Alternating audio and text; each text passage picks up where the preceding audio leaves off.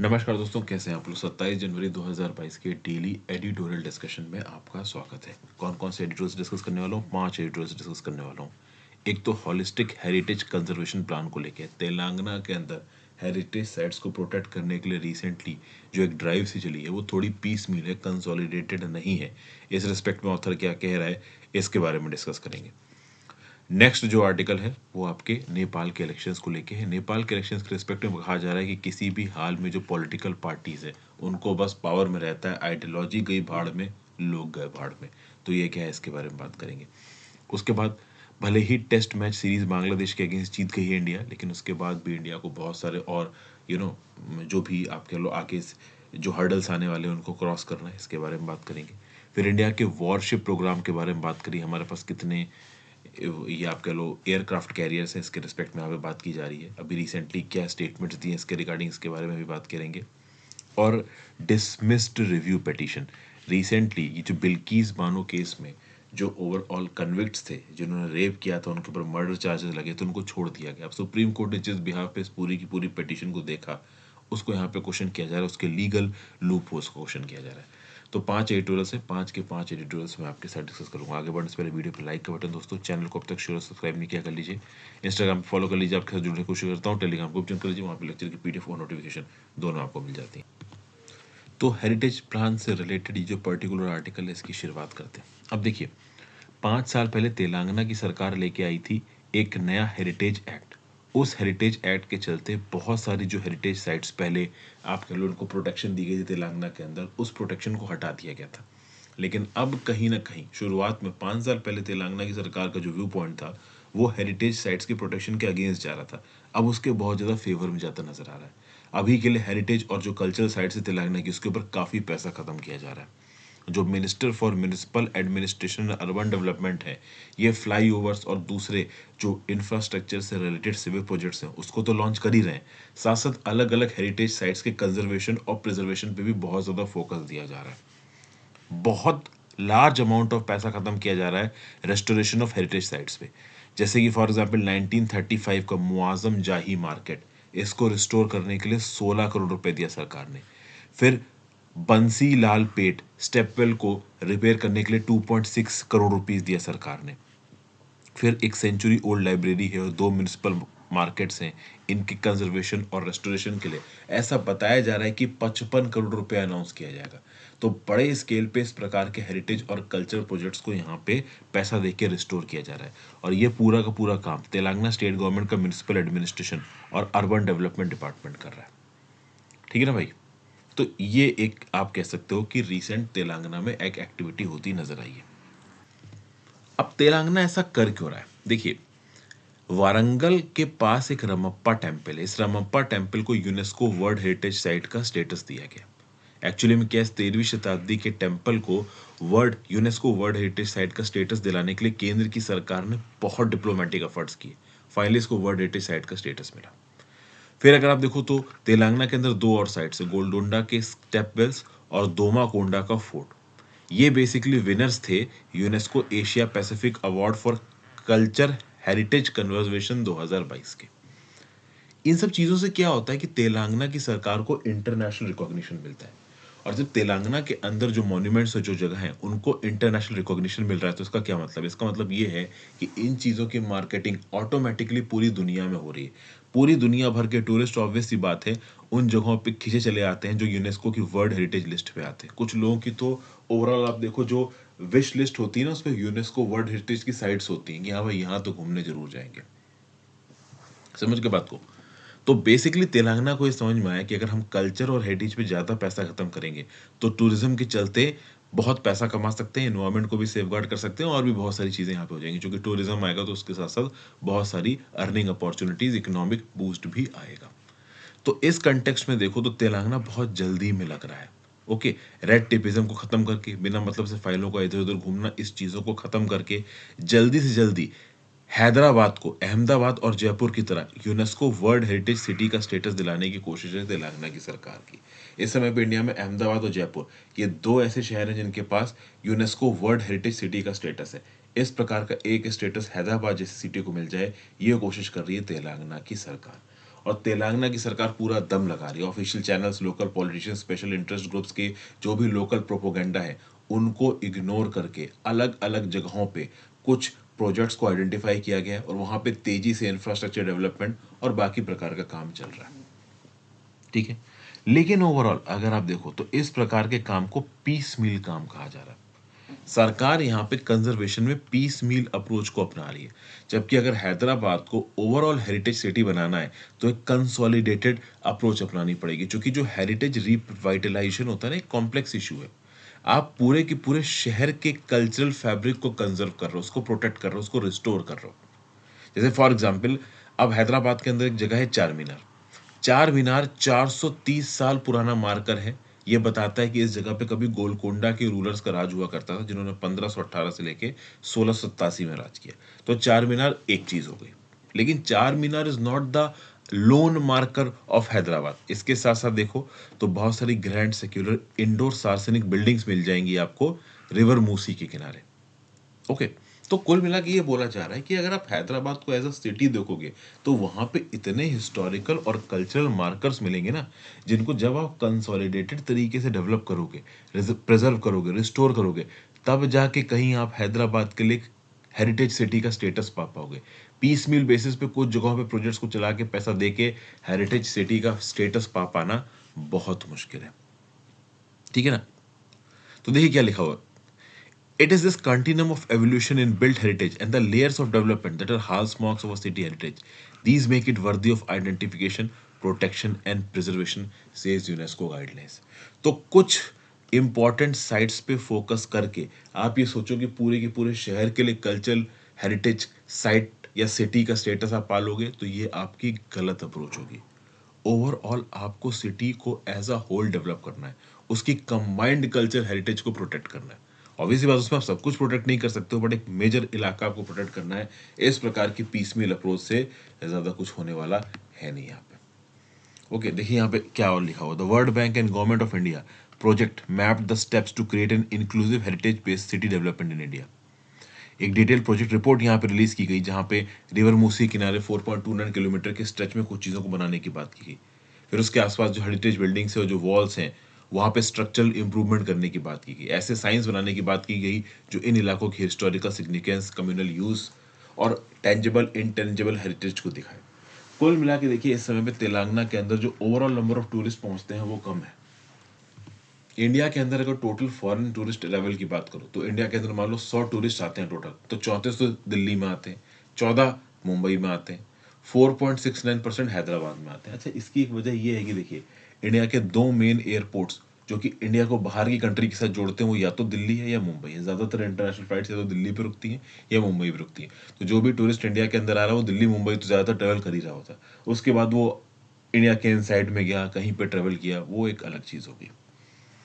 अगर आप industry experts के हिसाब से देखो तो 2022 में इंटरनेशनल टूरिज्म मार्केट $570 बिलियन का है, जिसमें एशिया पैसिफिक रीजन कंट्रीब्यूट करता है 40%।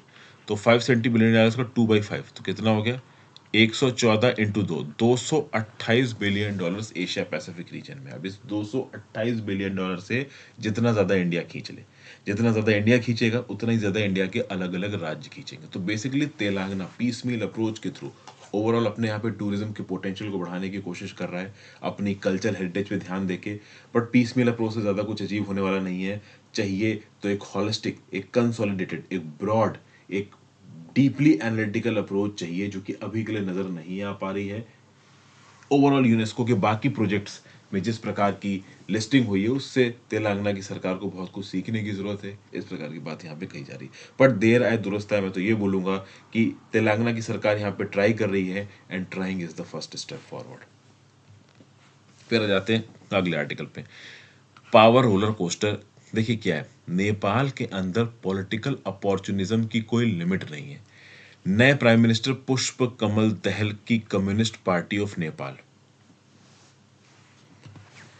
अभी जो इलेक्शन हुए उसमें पुष्प कमल दहल बन गए प्राइम मिनिस्टर, फिर से प्राइम मिनिस्टर बन गए। लेकिन एक फर्क है, जब इलेक्शन लड़े जा रहे थे नेपाल के, समझ गए, तब पुष्प कमल दहल की जो कम्युनिस्ट पार्टी ऑफ नेपाल मॉय सेंटर थी ना, ये 6 पार्टी अलायंस की पार्ट थी, जिसको लीड कर रही थी नेपाली कांग्रेस।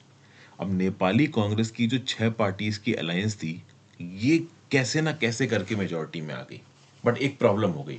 प्रॉब्लम ये हो गई कि पुष्प कमल दहल की जो पार्टी थी ना, communist party of Nepal Maoist centre, इसको केवल 11.13% वोट मिले। तो 275 मेंबर की पार्लियामेंट में नेपाल की 32 सीटें मिली केवल पुष्प कमल दहल की पार्टी को, जिसको आप बोलते हो communist party of Nepal, MC. Okay, CPN-MC।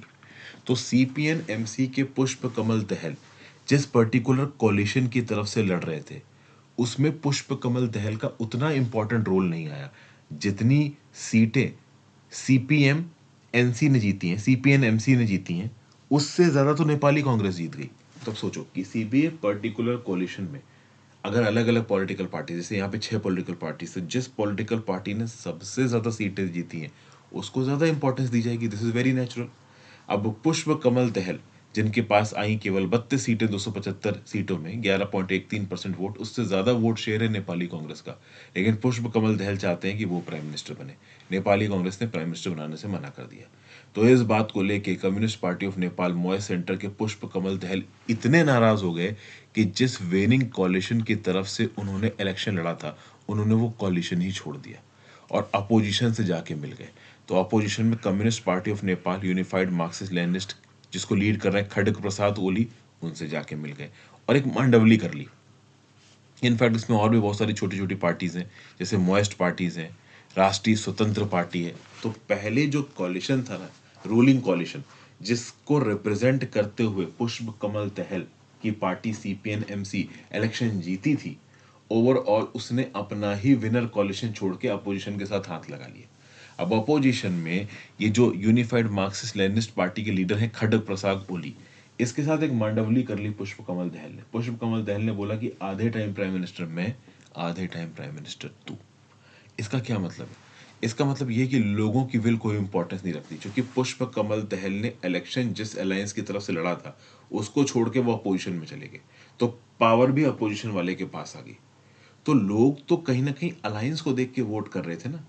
तो अलायंस को देख के अगर लोगों ने वोट किया तो कम से कम लोगों की विल को आप एक फॉर्मल रिकॉग्निशन तो दो। आपने अपनी पॉलिटिकल पार्टी के वोट हटा के किसी और को दे दिया और उसके चलते पूरा का पूरा सत्ता ही पलट गई। ठीक है ना?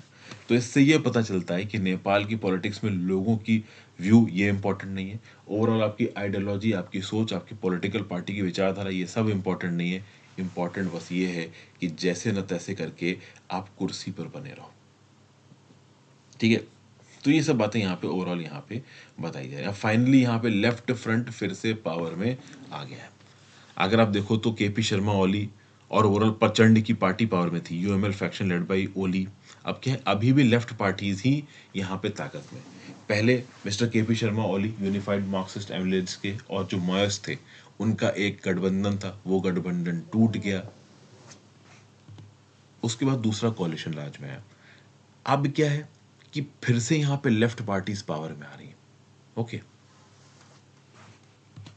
ये लेफ्ट पार्टीज का ग्रुप जिसको लीड कर रहे थे KP शर्मा ओली। KP शर्मा ओली अगर आप देखो तो एक प्रकार का डिक्टेटोरियल रूल चलाने लगे थे। तो कहीं ना कहीं उनका डिक्टेटोरियल रूल चल नहीं पाया, जो लेफ्ट अलायंस था वो टूट गया था, क्योंकि लेफ्ट अलायंस का लीडर KP शर्मा ओली दूसरे लोगों की जो लेजिबल ग्रीवांसेस थी, या फिर कह लो जो लॉजिकल ग्रीवांसेस थी, उनको भी नहीं सुनना था। तो वो अलायंस टूटा, दूसरे अलायंस की सरकार बनी। अब जब इलेक्शन दोबारा हुए तो फिर से यहाँ पे लेफ्ट अलायंस की यहाँ पे सरकार बनती नजर आ रही है। बट ये लेफ्ट अलायंस किस हद तक अपने आप में एक दूसरे के साथ जुड़ेगा, किस हद तक पॉलिटिकल पेट्रोनेज यहाँ पे चलेगी, कुल मिला के ओवरऑल देखो तो ये जो मॉइस्ट और UML जो कि लेफ्ट फ्रंट को डिनोट करते हैं, इन्होंने मिल के शॉर्ट टर्म गेन्स के लिए मैंडेट तो पा लिया, यहाँ पे सरकार तो बना ली, बट लॉन्ग टर्म में सरकार स्टेबल नहीं रहने वाली है, क्योंकि मॉइस्ट अपना अलग एजेंडा चलाएंगे, यूनिफाइड मार्क्सिस्ट लेनिस्ट अपना अचल एजेंडा चलाएंगे, और communist party of Nepal moist centre के जो लीडर हैं पुष्प कमल दहल, ये इनको कंट्रोल नहीं कर पाएंगे। तो कुल मिला के जो कुछ भी हुआ है यहाँ पे नेपाल की पॉलिटिक्स में, that is not pro people. यहाँ पे ये जो पॉलिटिशियंस हैं बड़े बड़े, वो ओवरऑल पावर को, सत्ता को अपने हाथ में करना चाहते हैं, ना कि लोगों के लिए कुछ यूजफुल। तो ये सब बातें ओवरऑल यहाँ पे बताई जा रही हैं। फिर अगला आर्टिकल है, despite the win against Bangladesh, India list of worries in test is long. तो बांग्लादेश के अगेंस्ट 2-0 से जो सीरीज है वो इंडिया ने जीत ली है। तो इसके चलते ICC वर्ल्ड टेस्ट चैंपियनशिप जो कि अगले साल होने वाली है गर्मियों में, उसमें हो सकता है इंडिया को स्थान मिल जाए। ठीक है ना भाई? अब इस कंटेक्स्ट में देखो तो इंडिया को थोड़ा रिस्पाइट मिला है। रिसेंटली ही मेंस T20 वर्ल्ड कप में इंडिया इंग्लैंड से हारा था, फिर बांग्लादेश से ओडीआई सीरीज इंडिया हार गया, तो तगड़े तरीके से यहाँ पे इंडिया को फटकार पड़ी है। लेकिन कुछ अच्छी चीज़ें भी हुई हैं। बांग्लादेश के खिलाफ जो तीसरा ओडीआई था चाटोग्राम में, वहाँ पे सबसे तेज अब तक की डबल सेंचुरी मारी ईशान किशन ने। ओके, तो ओवरऑल एक एग्रेसिव अप्रोच इस समय पे जो इंडियन स्पोर्ट्स क्रिकेट टीम के जो प्लेयर्स हैं वो ले सकते हैं। 2023 में मेंस क्रिकेट वर्ल्ड कप किस प्रकार से खेला जाएगा इसके बारे में है। फिर अभी टेस्ट मैच में ऋषभ पंत ने भी रन बनाए हैं, चेतेश्वर पुजारा ने भी रन बनाए हैं, कुलदीप यादव की जो बॉलिंग परफॉर्मेंस रही है वो ठीक ठाक रही है, शुभमन गिल ने यहाँ पे अपना मेडन सेंचुरी मारी है, आर अश्विन ने यहाँ पे अच्छी खासी बॉलिंग की है।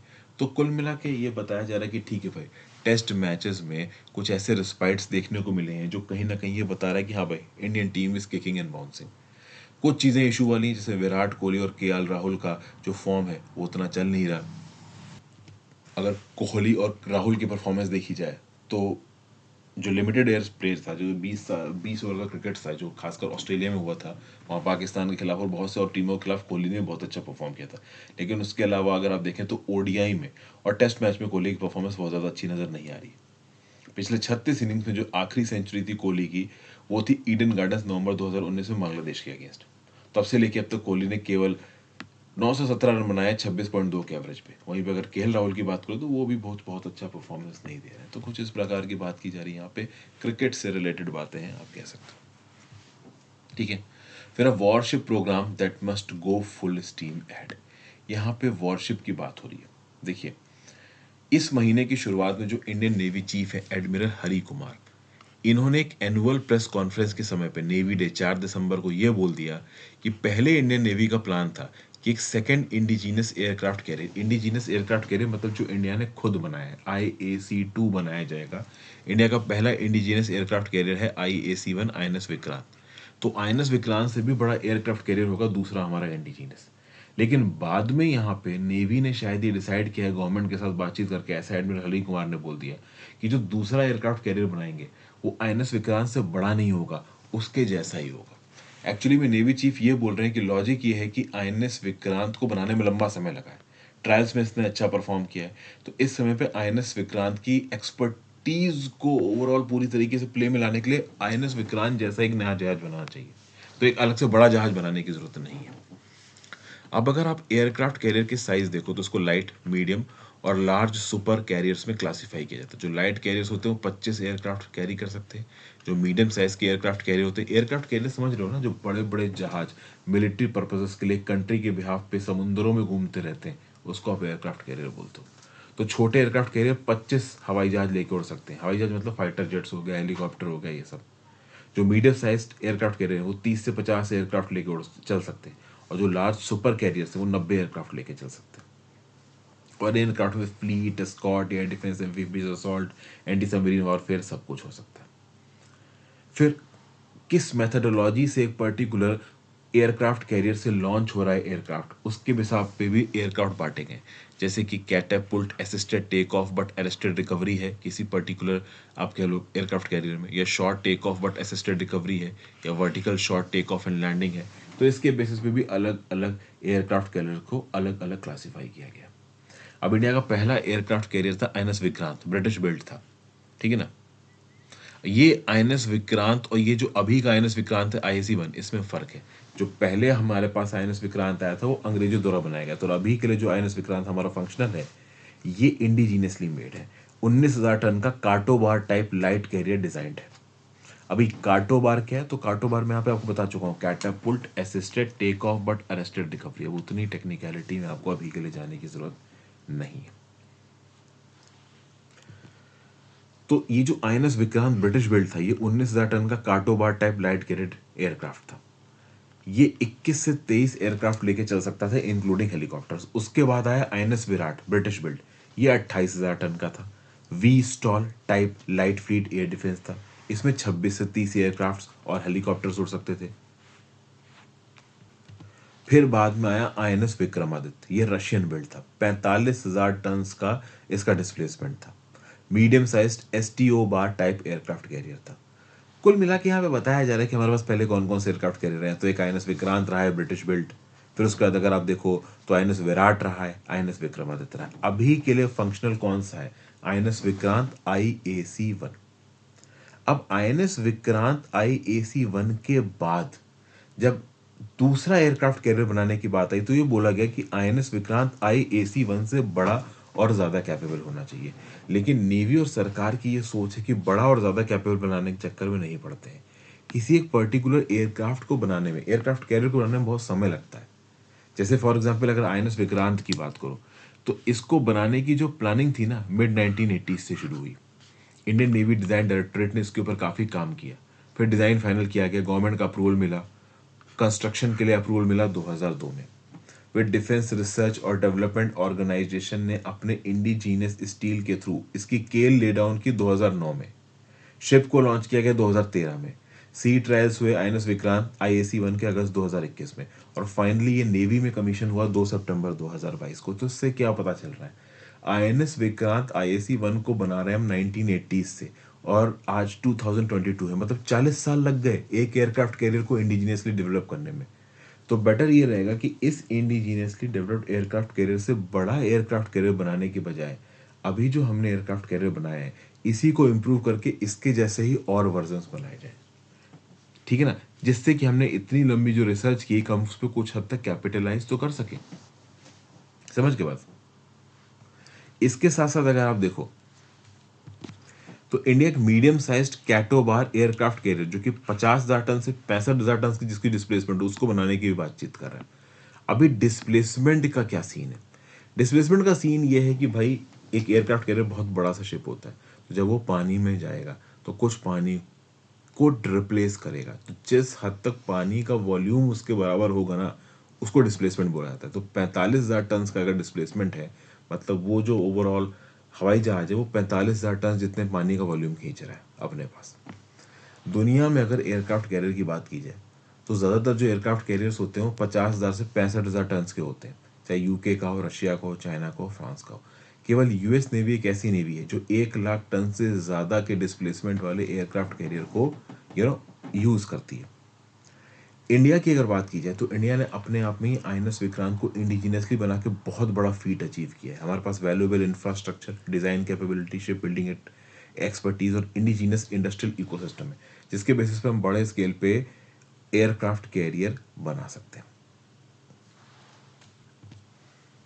तो ठीक है, इंडियन नेवी जो भी सोच रही है कि हाँ भाई INS विक्रांत जैसा ही एयरक्राफ्ट कैरियर बनाएंगे, सबसे ज़्यादा ज़रूरी दोस्तों ये है कि हमारे पास कम से कम 3 एयरक्राफ्ट कैरियर होने चाहिए।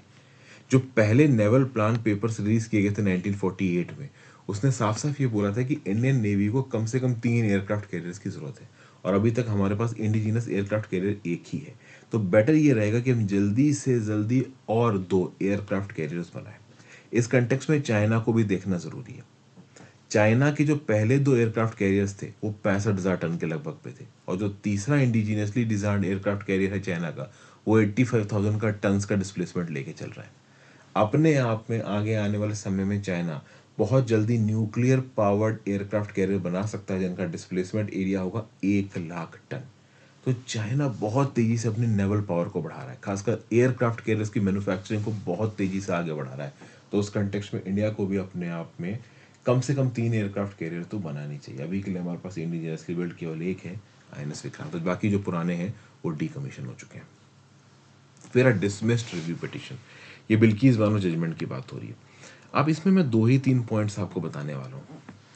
बिल्किस बानो जजमेंट में एक इंडिविजुअल था कन्विक्टेड जिसका नाम था राधे श्याम भगवान दास शाह, इसको लाला लकीली बोलते हैं। इसको मुंबई की सेशंस कोर्ट ने कन्विक्ट किया था। आपको पता होना चाहिए क्राइम गुजरात में हुआ था, बट एक फेयर इन्वेस्टिगेशन हुई, इसलिए ओवरऑल ये केस कहाँ पहुंच गया था, मुंबई के हाई कोर्ट में पहुंच गया था।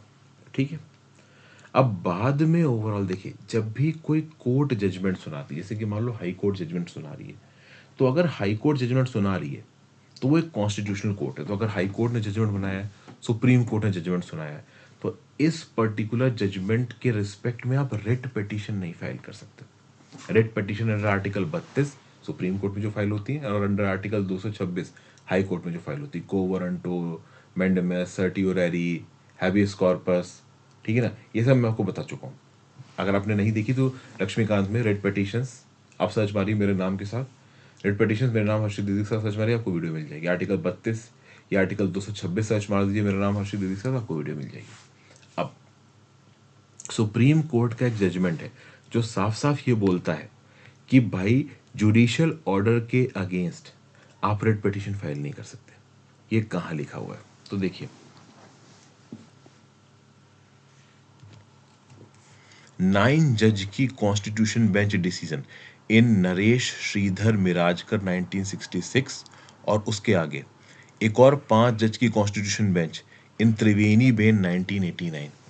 इसने साफ साफ ये बोला था कि भाई किसी कॉन्स्टिट्यूशनल कोर्ट का जजमेंट, हाई कोर्ट या सुप्रीम कोर्ट का जजमेंट है, तो सबसे पहला सवाल तो ये उठता है कि जब 9 बेंच जज की कॉन्स्टिट्यूशन बेंच ये बोल चुकी है कि अगर सुप्रीम कोर्ट या हाई कोर्ट ऑर्डर पास कर रही है, और ज़्यादातर केसेस में क्या होता है कि अगर हाई कोर्ट ने ऑर्डर पास किया है तो उसके अगेंस्ट आप अपील में सुप्रीम कोर्ट के पास जाए, तो सुप्रीम कोर्ट ने अगर ऑर्डर पास कर दिया तो उसके बाद आप उस ऑर्डर के अगेंस्ट रिट पिटीशन नहीं फाइल कर सकते हो। ये 9 जज की कॉन्स्टिट्यूशन बेंच ये बोल रही है। लेकिन यहाँ पे जो राधे श्याम करके कन्विक्ट है, इसने रिट पिटीशन फाइल की गुजरात हाई कोर्ट में। ओके, तो रिट पिटीशन कैसे फाइल कर दी? जब बॉम्बे हाई कोर्ट ने डिसीजन दे दिया फाइनल, बाद में सुप्रीम कोर्ट ने अपना फाइनल डिसीजन दे दिया, तो उस रिस्पेक्ट में फिर आप रिट पिटीशन कैसे फाइल कर रहे हो? गुजरात हाई कोर्ट ने 17 जुलाई 2019 को इस पर्टिकुलर इंडिविजुअल राधे श्याम की जो भी रिट पिटीशन है उसको रिजेक्ट कर दिया। बाद में उसने अपने रिट पिटीशन में अमेंडमेंट्स किए, उस अमेंडमेंट के थ्रू ये बोला कि भाई हमारे कन्विक्शन को सेट असाइड करने के लिए केंद्र की सरकार is the right authority.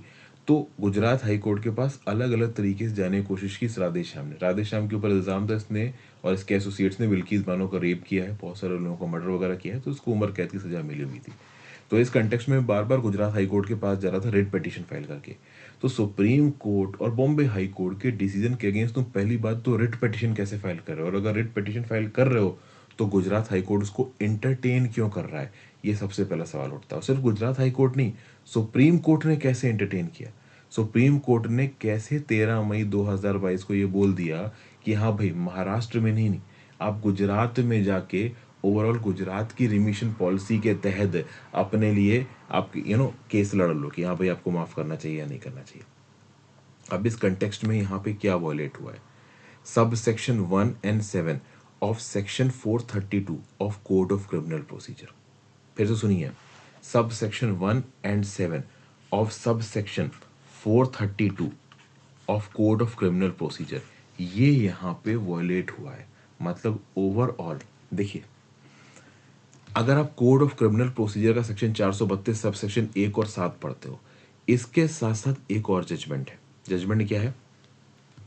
Supreme Court के कॉन्स्टिट्यूशन बेंच का जजमेंट है, और केस का नाम है Union of India versus V Sriharan. यहाँ पे साफ साफ लिखा हुआ है कि मान लो ऑफेंस किसी एक स्टेट में होता है, स्टेट ए में, लेकिन ट्रायल होता है किसी दूसरे स्टेट बी में, तो उस कंटेक्स्ट में स्टेट बी की जो राज्य की सरकार होगी ना, that will be the appropriate government to check और to decide on your remission plea. समझ गया आप बात को?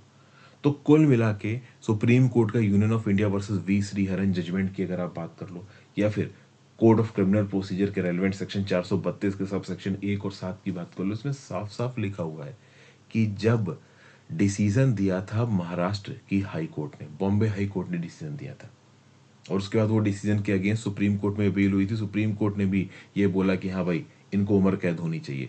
तो उस कंटेक्स्ट में जो फाइनल एडजुडिकेशन हुआ है ना, वो महाराष्ट्र में हुआ है, भले ही क्राइम गुजरात में हुआ हो। क्राइम गुजरात में हुआ था तो महाराष्ट्र में क्यों गई थी वहाँ पे डीलिंग्स, या फिर कह लो ये हियरिंग, वो इसलिए गई थी ताकि फेयर तरीके से काम हो। तो जब महाराष्ट्र में चीज़ें हुई हैं तो महाराष्ट्र की ही अथॉरिटीज़ को डिसाइड करना चाहिए, महाराष्ट्र के लॉज के ही बेसिस पे रिमिशन यहाँ पे डिसाइड होना चाहिए।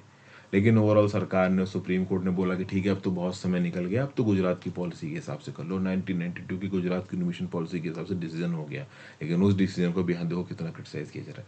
तो 432 section of criminal procedure code sub section 1 and 7 आपने वॉलेट कर लिया, प्लस एक सबसे बड़ा लॉ आपने यहाँ पे ये वॉलेट किया कि भैया जब जजमेंट आ चुका है कॉन्स्टिट्यूशनल कोर्ट का, तो कॉन्स्टिट्यूशनल कोर्ट के जजमेंट के अगेंस्ट आप रिट पिटीशन नहीं फाइल कर सकते। सुप्रीम कोर्ट का जजमेंट आ चुका था तो 136 स्पेशल लीव पिटीशन के अंदर आप पिटीशन फाइल कर सकते थे, किसी भी प्रकार से रिट पिटीशन नहीं फाइल कर सकते। बट यहाँ पे राधे श्याम ने रिट पिटीशन फाइल की और कोर्ट ने उस रिट पिटिशन को एंटरटेन भी किया।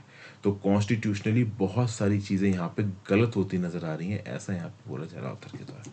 इसके बारे में हमने पहले भी बात की है। तो एडिटोरियल्स आज की डेट में इतना ही दोस्तों। आई होप आपको कुछ ना कुछ यूज़फुल यहाँ पे जानने को मिला हो। अपनी व्यू पॉइंट नीचे कमेंट बॉक्स में देख के जाइएगा, इंस्टाग्राम पे फॉलो कर लीजिएगा, टेलीग्राम को ज्वाइन कर लीजिएगा, ज़्यादा से ज़्यादा लोग साथ लेक्चर्स को शेयर करें। ग्रेट डिफरेंस गुड पे ध्यान रखिए, अपना पढ़ते